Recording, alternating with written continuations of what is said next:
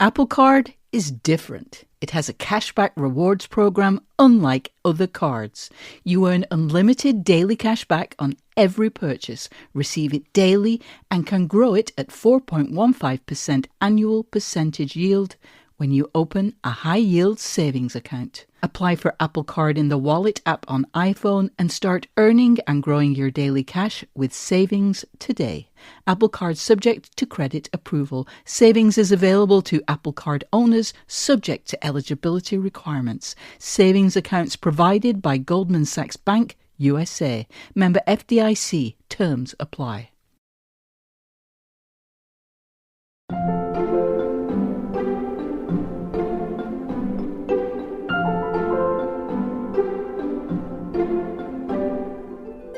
I have a lot of hats.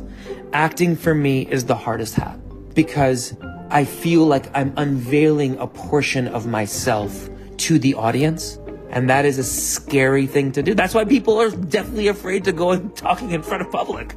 You know, right. They don't want to reveal that shit. Welcome back to Working. I'm your host, June Thomas. And I am your other host, Isaac Butler. Isaac, it's so nice to see you again. It's been a while. Tell me, though, whose voice did we hear at the top of the show? Well, we heard the voice of Arian Moayed, an actor who's probably best known for playing Stewy on Succession, a role which recently garnered him an Emmy nomination. I like weird sex. I like bad drugs. I'm a very complicated individual. Excellent. And what drew you to speak with Arian right now? Well, I've known him for a really long time. I directed Arian in a play in 2005, I think, and his theater company, Waterwell, which you'll hear us talk about in the show. One of the members was a really good friend of mine and the roommate of a playwright I worked with all the time. And, blah, blah, blah, blah, blah. It's a small world, off Broadway theater, So what's nice is over the last almost 20 years, I've really gotten to see his career take off from afar. And, this year he was in the final season of Succession. He was also the lead opposite Jessica Chastain in the recent Broadway revival of A Doll's House. And he's also really great in Nicole Holofcener's new movie, You Hurt My Feelings. And so with that trifecta, right, a great performance in TV and on Broadway and on film, I just thought it would be really great to talk to him and, see what he has to say. Yeah, no kidding. We should also note that this interview was recorded before the SAG-AFTRA, that's the Actors Union, went on strike, right? Yeah. I want to be very clear about this. This interview was recorded on June 15th, which is prior to the beginning of the strike. I am a proud union member. I would never cross a picket line, and I would never suborn the crossing of a picket line. So this is A-okay. We double-checked it. It's fine. Awesome. And Isaac, Arian, I believe, mentions a couple of names that some listeners might not be familiar with, Tom and Amy. Who was he referring to? You mean you don't know Tom and Amy, June? I know a Tom and Amy. Yeah, exactly. So Amy is Amy Herzog, the Pulitzer-nominated playwright who wrote the new adaptation of A Doll's House. And it's in a very contemporary idiom. When you think of Ibsen, you probably think of a lot of verbiage. This is like, it was 2 hours, no intermission in a contemporary idiom. Tom Ridgely is the co-founder of the company Waterwell. The two of them, Tom and Arian, went to college together. And he was also the director of their plays until he took over Shakespeare Festival St. Louis, where he is still the artistic director today. Wow. Well, I am extremely excited to hear this interview, but I believe that you have an extra segment exclusively for the ears of Slate Plus members. What will they hear? Well, I have a feeling we have a lot of Succession heads out there in the working listenership population who may be mourning the end of the show. So Ari and I talk a bit about it, about the tone and atmosphere and how he kind of figured out the style when he was first working on the show. Because, right, he was I think he's in the second episode, so none of it had aired, so no one really knew what it was. And so it's about what that experience is like as a young actor. Oh, do not miss that. If you're a member of Slate Plus, you'll hear it at the end of the episode. If you aren't, it's super easy to join. As a Slate Plus member, you get to hear extra segments on this show and others such as The Waves and Culture Gabfest. You'll get bonus episodes of podcasts like Big Mood, Little Mood and Slow Burn. And of course, you will never ever hit a paywall on the slate.com site. So to learn more, go to slate.com/workingplus. All right, let's hear Isaac's conversation with Arian Moayed.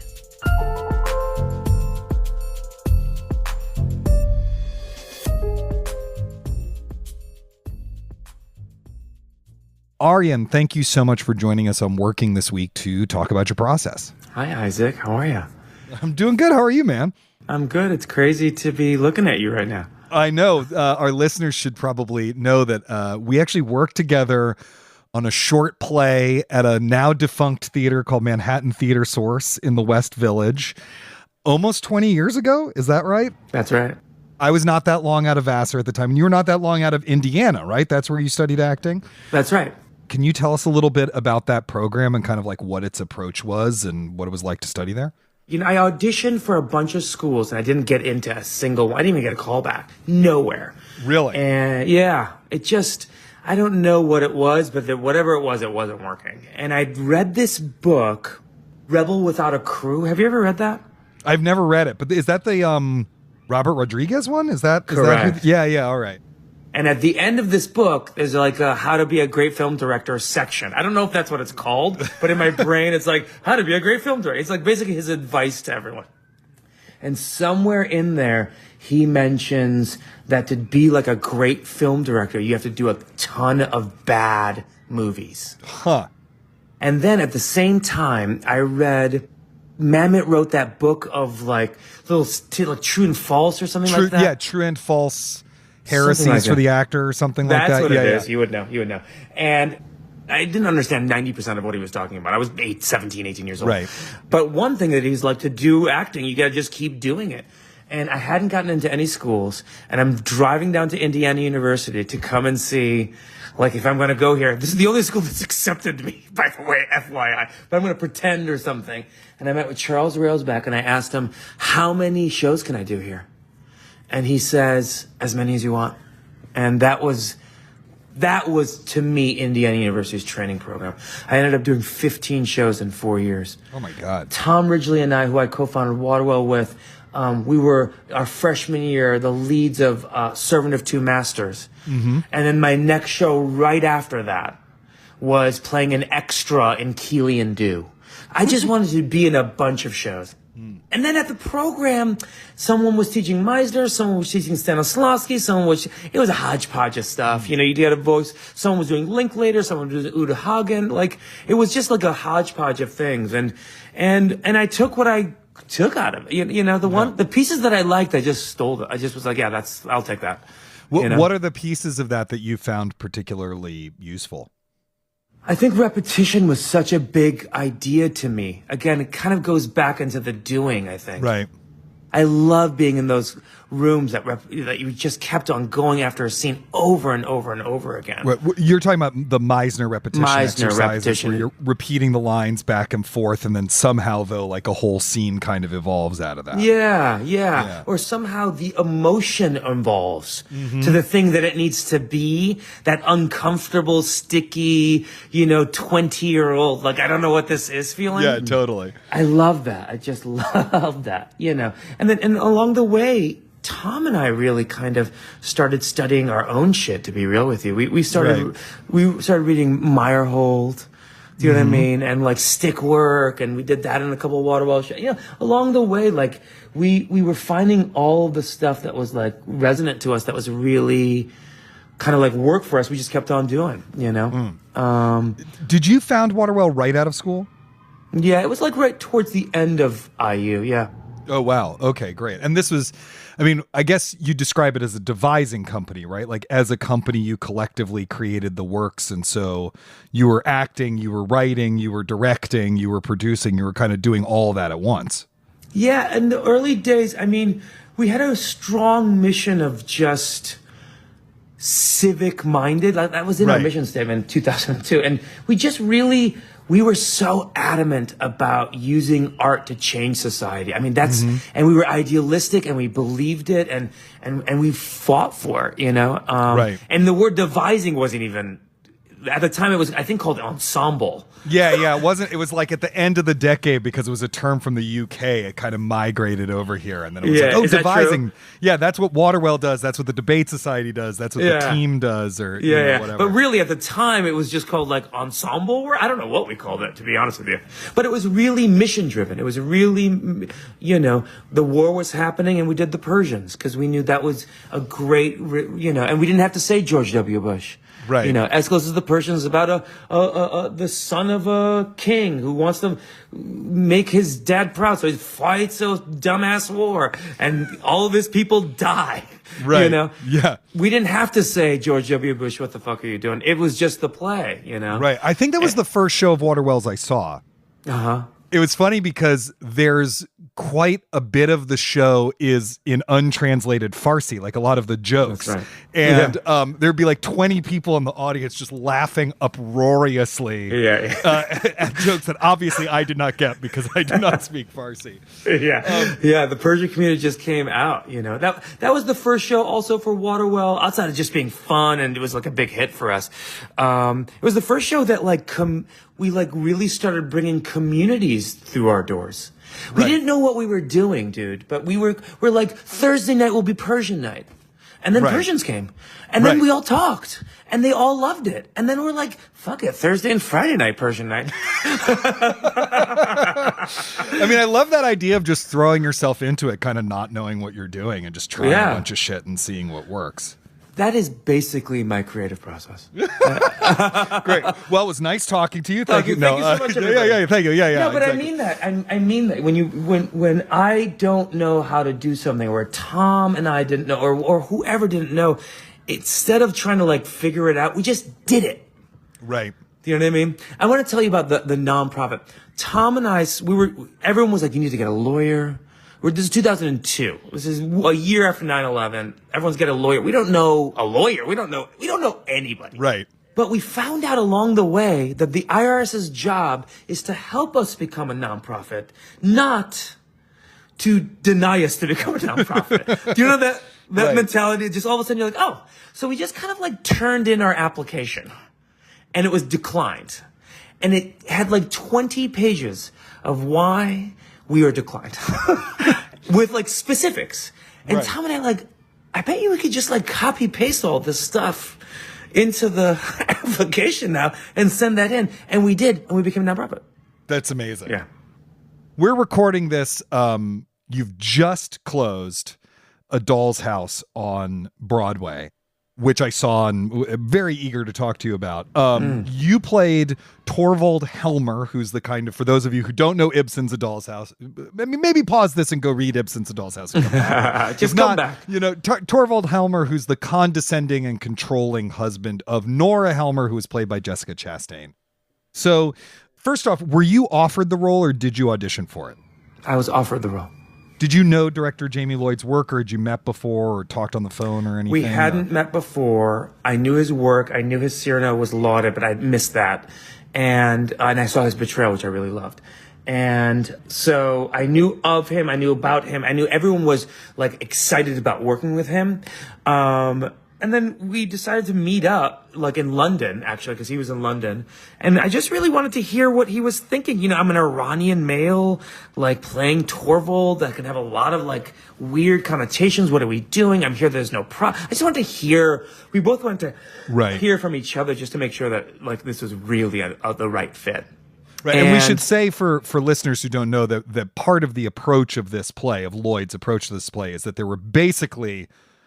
were zero props and extremely minimal staging. Yes.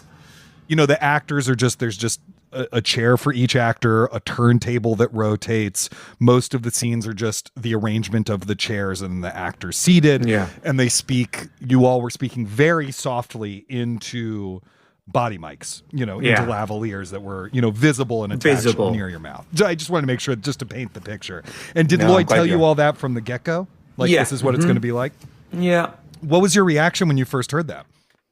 When you walk into a piece like this bluntly, it could feel pretentious. Right.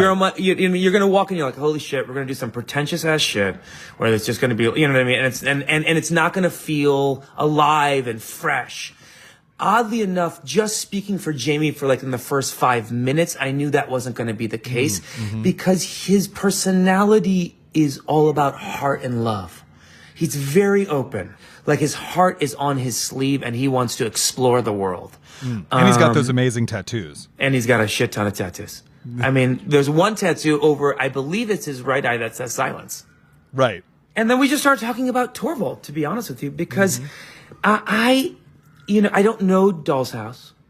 I don't know the play. I saw a couple scenes from it, in class and shit, but we didn't read it in any of my Indiana University classes, that's for sure. And then when I moved to New York City, bluntly, I wasn't going to be in a doll's house. Unless Waterwell did it, and in that case, whatever. So I, pretty much put aside Ibsen and Strindberg as, not in my life. You mean you weren't going to be in Doll's House because you're an Iranian immigrant, or because you were because I'm an Iranian, 20 years younger than any character in A Doll's House at the time? Yeah, totally. And also, but I knew that Torvald was this macho, chauvinistic, sit in the corner kind of guy.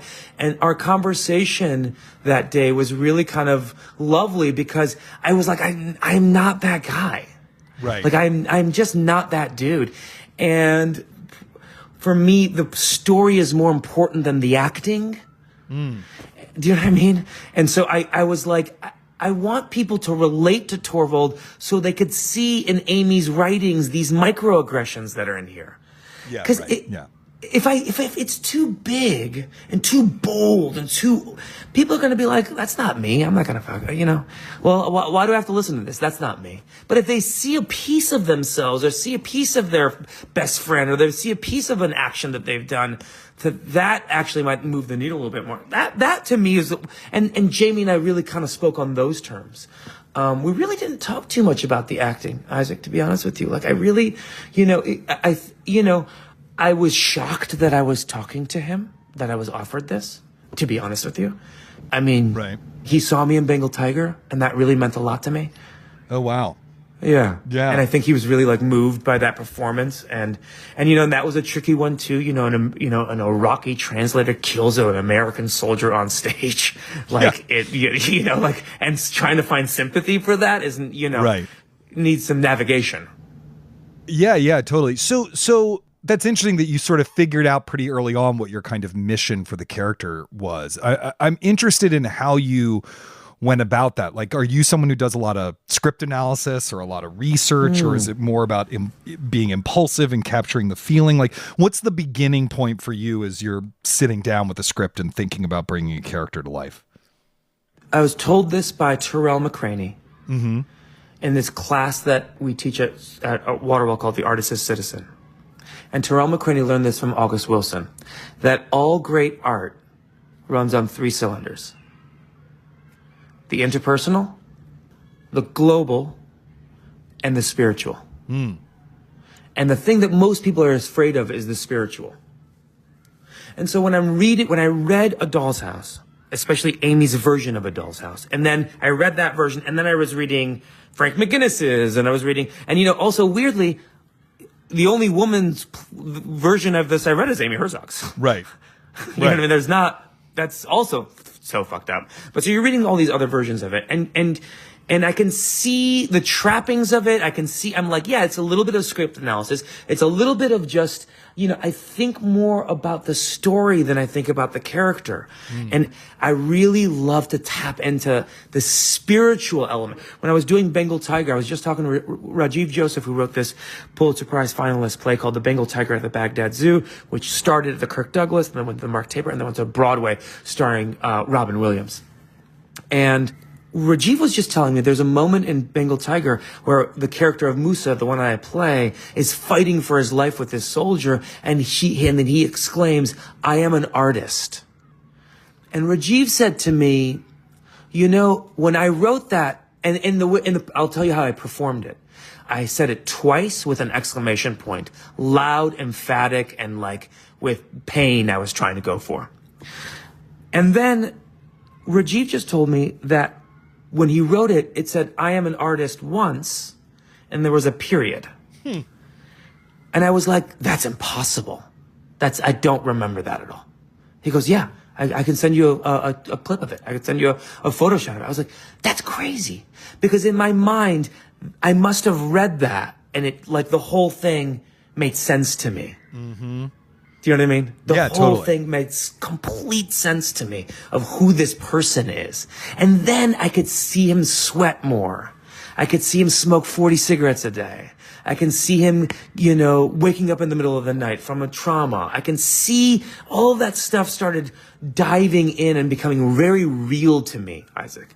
And it's almost like an image forms in your mind of what the character would be like in real life, not on the stage. And then you're trying to like not imitate that image, but find a way to be that image. Yes, correct. Yeah, that's exactly right. And as I'm going towards that image, it's more and more things start falling into line. I'll tell you about how there's 2 lines in A Doll's House.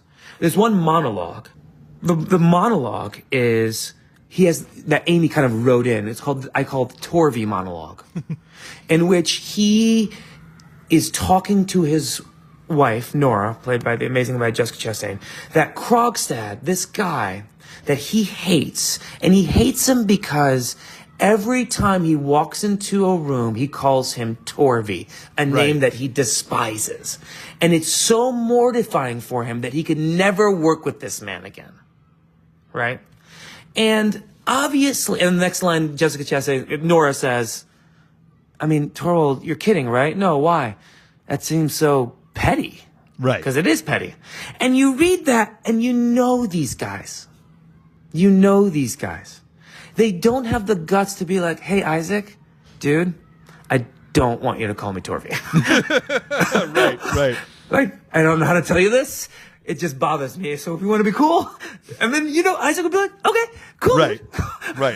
I won't call you Torvey. I didn't even really know.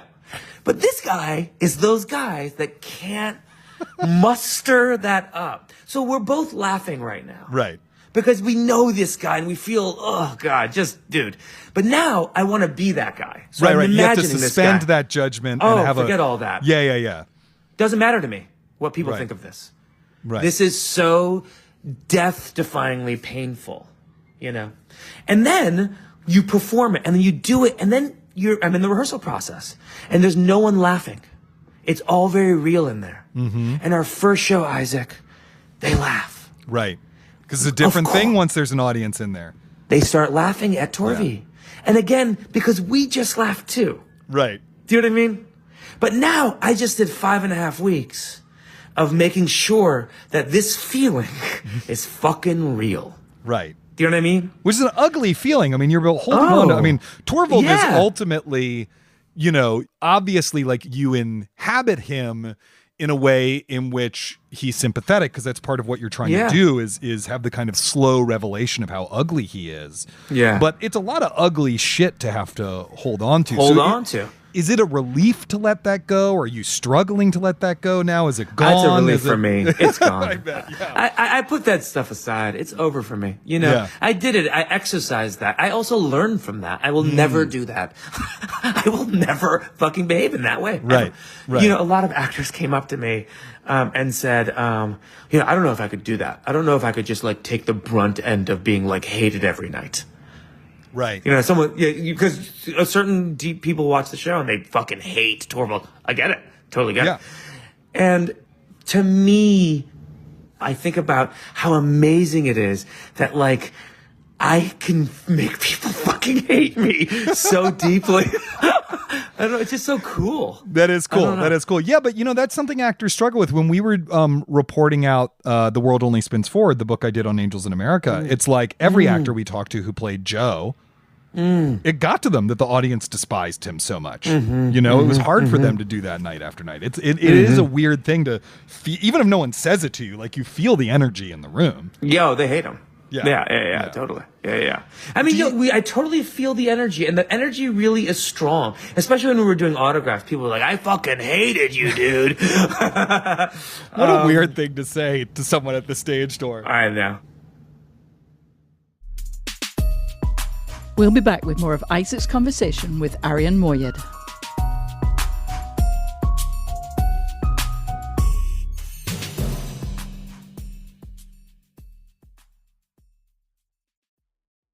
At the end of your first year, Discover credit cards automatically double all the cash back you've earned. That's right. Everything you earned doubled. All the cash back from eating at your favorite soup dumpling restaurant doubled. All the cash back from that trip where you sort of learned to snowboard also doubled. And the best part, you don't have to do anything ridiculous to get it. Nope, Discover does it automatically. Seriously though, see terms and check it out for yourself at discover.com/match. This episode is brought to you by Bank of America. If you own or operate a business, whether it's a local operation or a global corporation, partnering with Bank of America could be your smartest move. By teaming with Bank of America, you'll enjoy exclusive digital tools, award-winning insights, and business solutions so powerful, you'll make every move matter. Position your business to capitalize on opportunity in a moment's notice. Visit bankofamerica.com/banking for business to learn more. What would you like the power to do?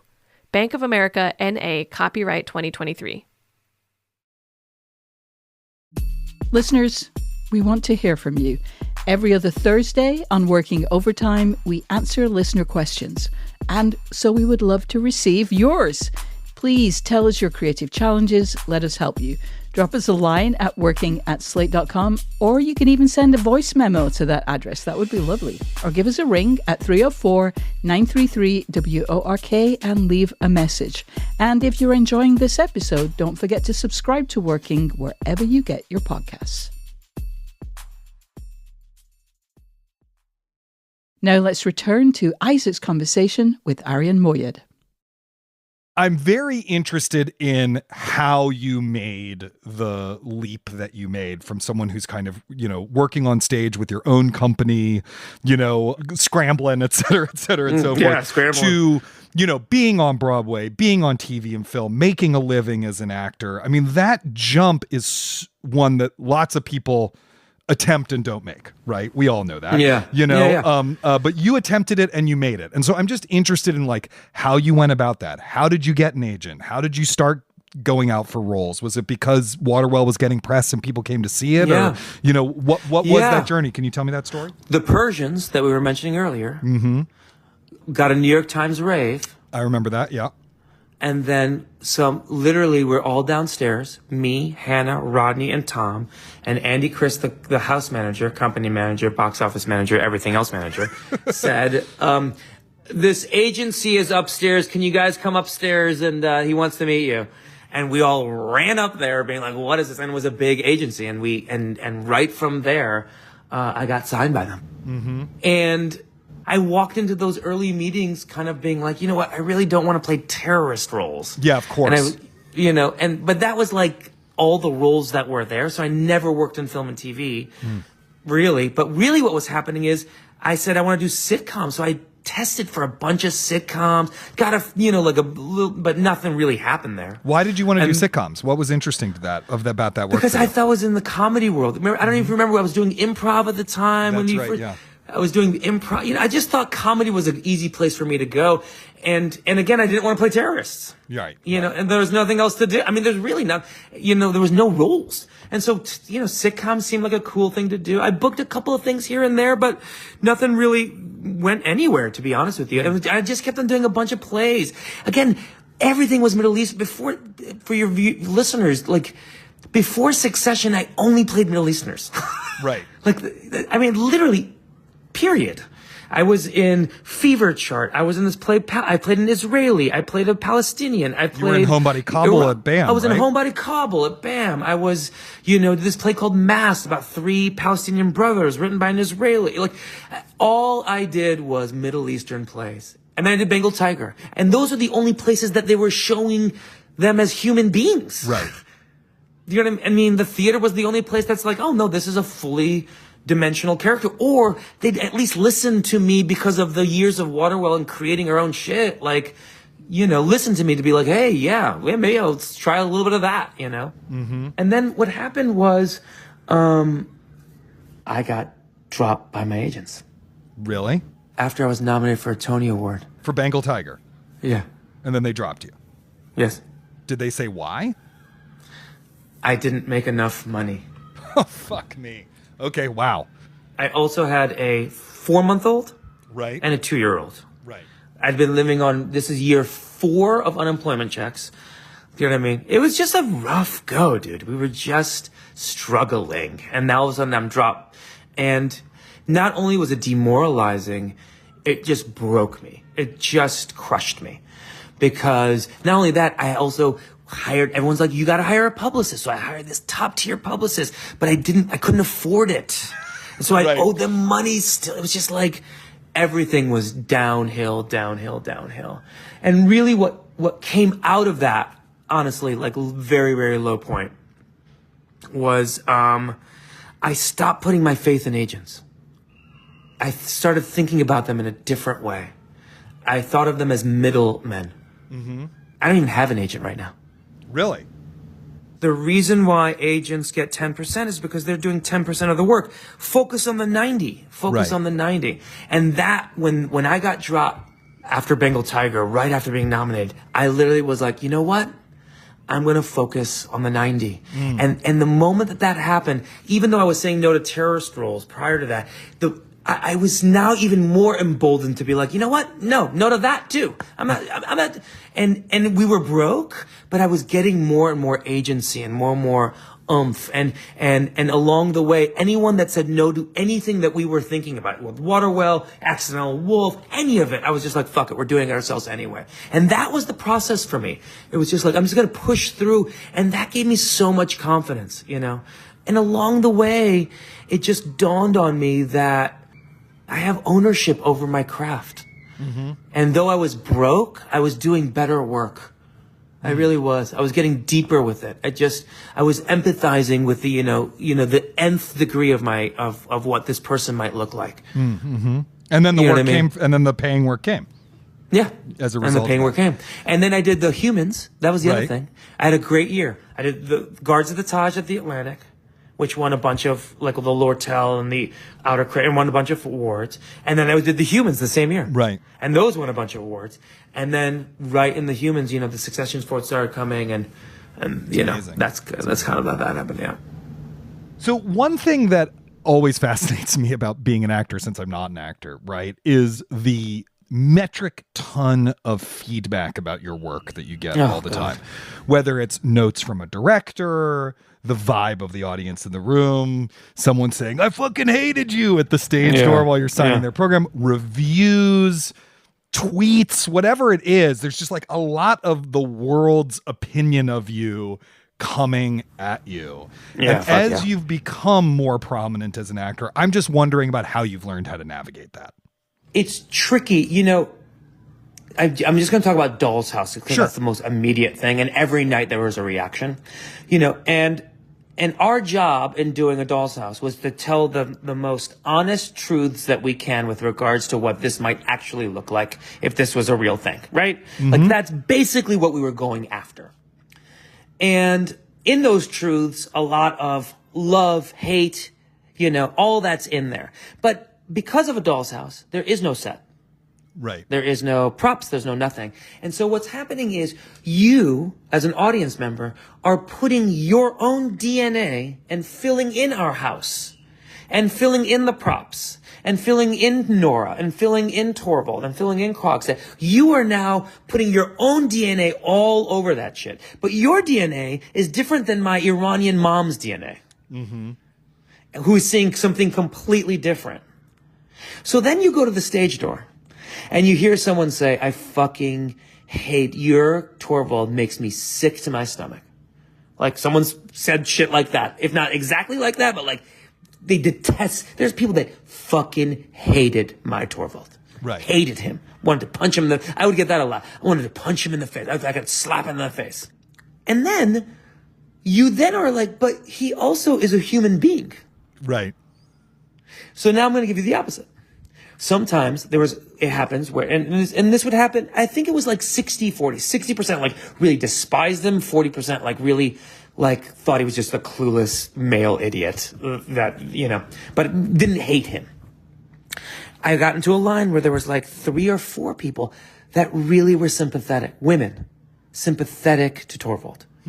They were in a group, so maybe like one person's influence kind of like influenced the group, but now all 4 of them are team Torvy. Do you know what I mean? Right. Which is crazy, but also you can get it. Now I find myself being like, I know, but he is controlling. He's a narcissist. Right. Like I'm also now fighting them, being like, I know, but like. But no, didn't you want to punch me in the face? Didn't you want to punch me in the face? Exactly. Yeah. So, and that's about me. Mm-hmm. That's about me. I am definitely wanting everyone to understand every aspect of my character of Torvald. And if they don't, I feel like, I've failed miserably. But the reality is that, yeah, the person that doesn't understand that's sympathetic and wants to punch me in the face is giving me a compliment. It's a fucked up way of receiving a compliment, but they are trying to give me a fucking compliment. So that's one portion. And the other is, the pain of, acting for me. I have a lot of hats. Acting for me is the hardest hat because I feel like I'm unveiling a portion of myself to the audience. Yeah. And trying to do it realistically and, even with characters that are so opposite of who I am. And you can judge that. And that's a scary thing to always hear. I feel for all actors because anything that you play, whether you're playing Richard III or whatever, like you are revealing a portion of who you are. Mm-hmm. In these words, and that is a scary thing to do. That's why people are definitely afraid to go and talking in front of public. Right. They don't want to reveal that shit. They don't want to fucking be like, oh, I'm, and we do it on the regular. But with Doll's House, to be real with you, I've learned so much of how human beings behave, how Torvald behaves, that to me, it's so easy for me to put that shit aside and be like, that's over. I really, my wife probably would say, who's really like, I bet you she would say my hardest moments are during the rehearsal process. Mm-hmm. Do you know what I mean? I bet you she would say that's where the stuff comes home a little bit more. But when I'm done with the character, when the show is done, it's done. Let's go hang out. Awesome. Well, Arian, thank you so much for joining us to talk about your process. Thanks, buddy. Thank you for having me. Good and it's talking. so great to see you. Congrats on everything, man. Thank you. I really appreciate it. Up next, Isaac and I will talk about the benefits and downsides of high-intensity creative work. This episode of Working is brought to you by Factor. Now that it's summer, you might be looking for wholesome, convenient meals for sunny, active days. Factor, America's #1 ready-to-eat meal kit, can help you fuel up fast with flavorful and nutritious ready-to-eat meals delivered straight to your door. You'll save time, eat well, and stay on track reaching your goals. Now, listeners, when I first heard about Factor, I was a little skeptical because it involves the microwave and I like cooking all my things myself, but I've tried it. They sent me some and I've really liked it, frankly. I like the fact that there's a lot of different options. I like the fact that there's a lot of stuff that doesn't have meat in it because I'm trying to eat less meat. And honestly, it's been a really busy summer between summer camps for my kid and working on the book and all sorts of stuff. And the convenience is really great.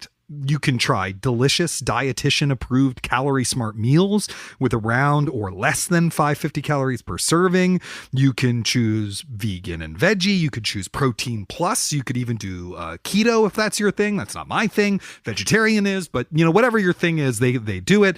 And this July, you can get Factor and enjoy eating well without the hassle. You simply choose your meals and enjoy fresh, flavor-packed food delivered directly to your door. It's ready in just 2 minutes with no prep and no mess, unless you, spill it down the front of your shirt or something. Head to factormeals.com/working50 and use code working50 to get 50% off. That's code working50 at factormeals.com/working50 to get 50% off. Apple Card is different. It has a cashback rewards program unlike other cards. You earn unlimited daily cashback on every purchase, receive it daily, and can grow it at 4.15% annual percentage yield when you open a high-yield savings account. Apply for Apple Card in the Wallet app on iPhone and start earning and growing your daily cash with savings today. Apple Card subject to credit approval. Savings is available to Apple Card owners subject to eligibility requirements. Savings accounts provided by Goldman Sachs Bank, USA. Member FDIC. Terms apply. Isaac, that was amazing. What an interesting, thoughtful guy. I was really struck by Arian's story of not getting into acting schools, but then being happy that he did get into Indiana because they gave him the opportunity to do a ton of shows. And I sense from your response that 15 shows in 4 years really is a lot. That kind of learning by doing and doing really quickly really suits some people, and it drives others away, which is maybe a good thing because they learn early on the reality of a profession or a vocation. Maybe it isn't what they thought. But Arian really learned a lot by just trying stuff, riffing, repeating. What's your response to that? Do it as much as you can approach to work and art. Well, first of all, let me say, I think 15 shows in 4 years is a lot.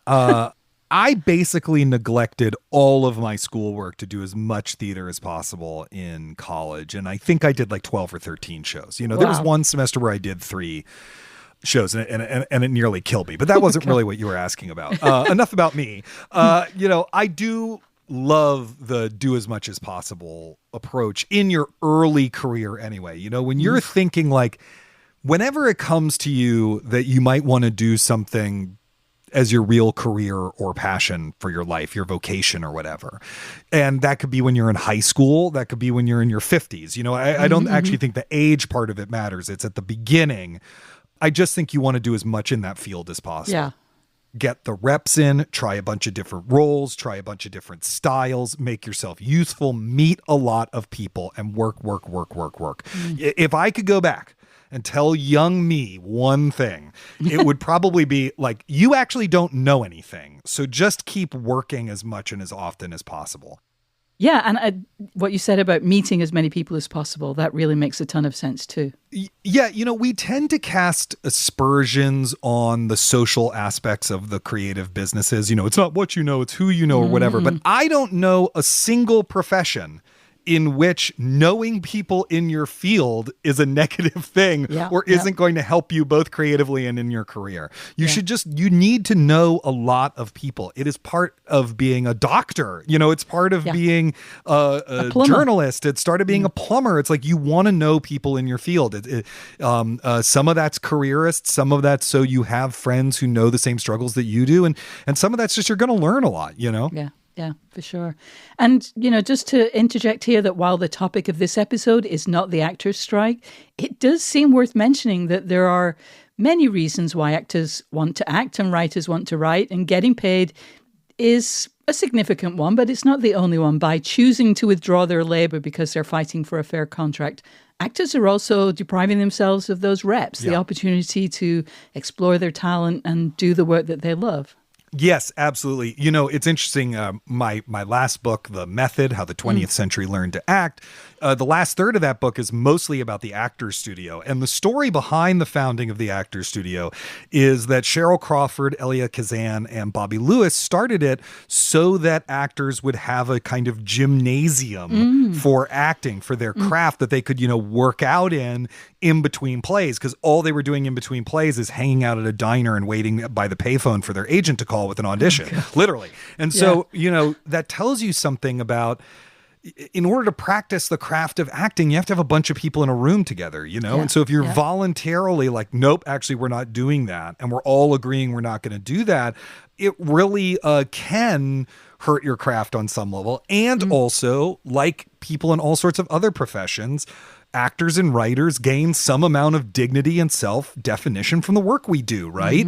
And deliberately depriving yourself of that thing that really shapes your life is emotionally a complicated thing. At least from talking to my friends who are on strike right now, that's what it seems like. Wow, okay. Just listening to Arian, I understood why he is a start-your-own-company kind of guy. He has opinions, and he clearly lives his politics, even if that costs him roles and money. He will not play terrorist roles, even though as an Iranian immigrant, those are parts that casting agents would surely be very happy to put him in. So rather than waiting to be cast, he and some like-minded collaborators created a company to do their own mission-driven thing. And of course, my mind goes right to that old, my dad's got a barn, let's put on a show cliche. But in the real world, doing your own thing is really hard. It's not an option that appeals to or suits everyone. And, you know, the level of difficulty varies depending on what your particular art form is. Isaac, are you a do-it-yourselfer?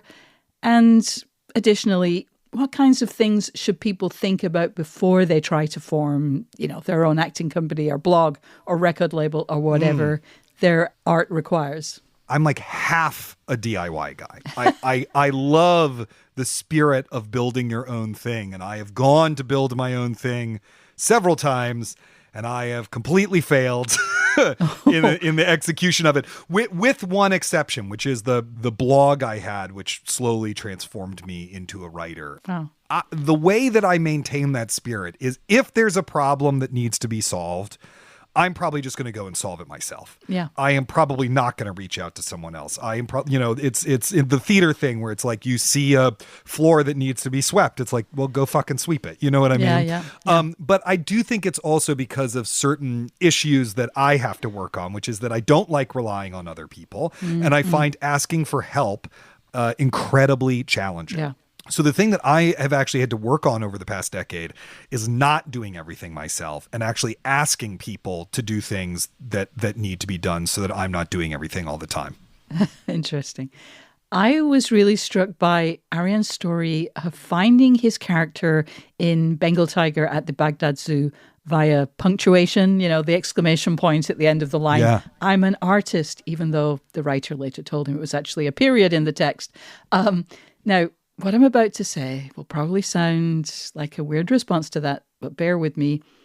I enjoy accents, and I have found that the best way to kind of get an accent is to grab onto a very specific phrase or a sound from the accent to get into it. So like for a white South African accent, it would be a pin, as in, do you have a pin to heart with? Or for a Kiwi, it would be like the weird way they pronounce the letter I, like fush and chips, or have you funished? So in a weird way, I feel like I'm describing a version of the method, you know, using a phrase or a piece of punctuation to attach to something so you can summon it at will. Am I making any sense, Mr. Method? Yeah, I mean, that totally makes sense. Look, before an actor realizes a character, all that character is blobs of ink on a piece of paper, right? They don't actually exist. They're not real. But the text gives you a ton of clues about who they are. And in fact, one of the things you can do while the inspiration isn't flowing is to go back to the text and, you know, mine it for more and more clues about who the person is and the context of their life. Now, some actors, because we brought up punctuation, are very hostile to punctuation. You know, Christopher Walken always erases all the punctuation in his text, but most people pay attention to it, you know. What this actually reminds me of is a long time ago, it was maybe even the first year of working, I did an interview with the wonderful choreographer Annie B. Parson, and she said she never gets creatively blocked because she focuses on small things. She's always focusing on and looking for small things. And I feel like what this all brings up is that there actually is always a little thing that you could be focusing on. There's always something to go to. Yeah. One last thing, that this admittedly is something I was just thinking of Arian's acting. I haven't seen him on stage, but my impression of him in Succession and also the late underrated Madam Secretary, which was positively Law and Order-ish in its employment of excellent New York-based actors, was supported by something he said. So he's the kind of actor who makes audience members feel things, you know, to understand the emotions of what's happening on the screen. So in Succession, I was always a bit confused about who exactly Stewy was, whose friend was he, whose interest was he representing, what am I supposed to think about him?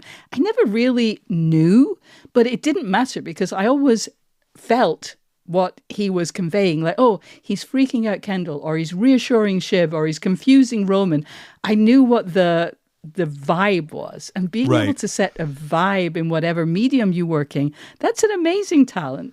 Yeah, totally. I mean, Stewy is a very enigmatic character on purpose, right? Kendall should never be sure if he can trust him. Yes. And since Kendall is our primary point of view character, neither should we. But also, if you watch the show, go back to it, Stewy is usually the voice of reason. And even if he's a bit, perverse and mischievous. And Kendall is a total lunatic. Like if you did the show from Stewy's point of view, you'd probably see that, yes, he's out for himself and he has a very complicated relationship with this old friend of his. But that old friend of his is also constantly hatching grandiose schemes for no reason, right? Anyway, This is not a Succession podcast, but it brings me to an old acting adage is don't worry about what your character is feeling. Worry about what your character wants the scene partner's character to feel, right? Don't worry about what you're doing. Worry about getting the other person to do something. You just constantly want to ask those kinds of questions that get you out of yourself and into the world of the scene. And I think that's true of most creative endeavors, actually, right? Like you don't want to be thinking, is this paragraph I'm writing, are people going to think that it's well written or, whatever, but it's like, what effect do I actually want this paragraph to have?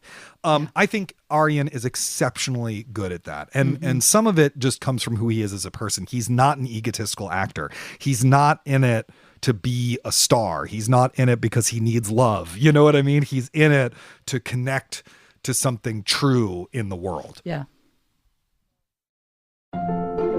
Well, Arian, we love your work, and listeners, we love you for listening. We hope you've enjoyed this episode. If you have, remember to subscribe to Working wherever you get your podcasts. That way, you will never miss an episode. And just a reminder that by joining Slate Plus, you'll get ad-free podcasts, extra segments on shows like Slow Burn and Big Mood, Little Mood, and you'll never hit a paywall on the Slate site. To learn more, go to slate.com/workingplus. Thank you to Arian Moayed and to our amazing producers, Cameron Drews and Kevin Bendis. We'll be back next week with June's conversation with the amazing playwright Madeline George, who wrote the script for Audible.com's audio version of Alison Bechdel's Dykes to Watch Out For. Until then, get back to work.